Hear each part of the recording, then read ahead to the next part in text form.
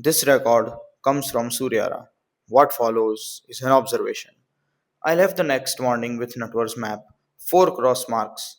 The nearest one, half a day's walk east, where the replaced channels meet the farming settlements it serves. I wanted to see what faster water actually looks like when it arrives somewhere. Low fields, open and flat, the kind of farmland that organizes itself around water, not the other way around. Sowing season preparation everywhere. Soil turned, tools out. Families working in that unhurried way people work when they've done something 100 seasons in a row. Except near the basin. Near the basin, nobody was working. They were standing, looking at the water.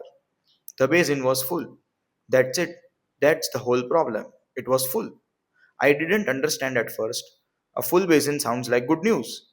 Then a farmer next to me said it plainly. The water came 12 days early.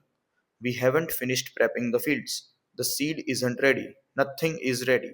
He gestured at a basin. Water doesn't wait.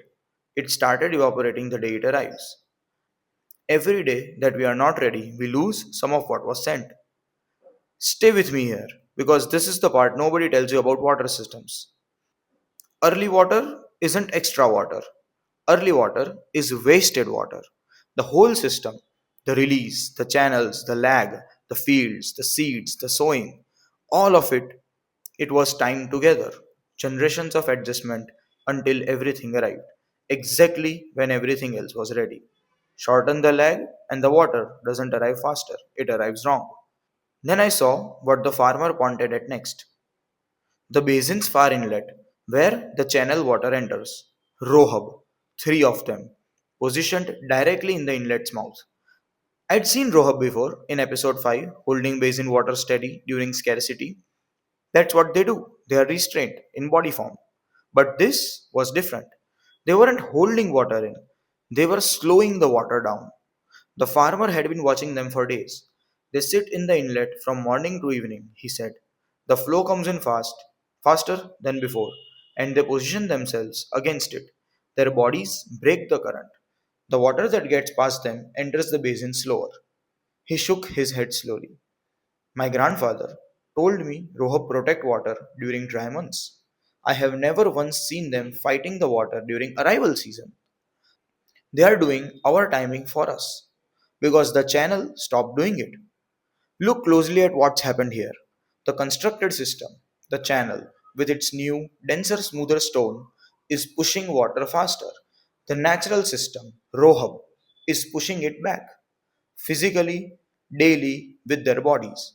Neither side is failing. The water still arrives, the basin still fills. But for the first time, the two systems aren't working together. They are working against each other, and one of them gets tired. An older woman from the settlement came and stood beside us at the basin edge. She'd been listening. When I was a girl, she said, my mother told me you can tell the health of a place by what its Pokemon spend their effort on. She nodded at the inlet.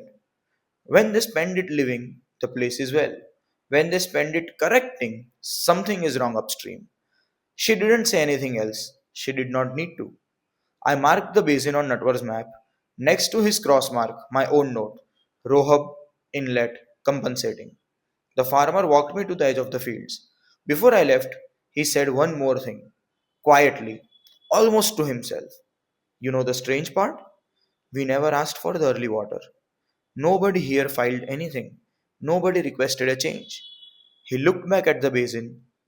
It just started coming, like someone upstream decided what we needed without even asking us.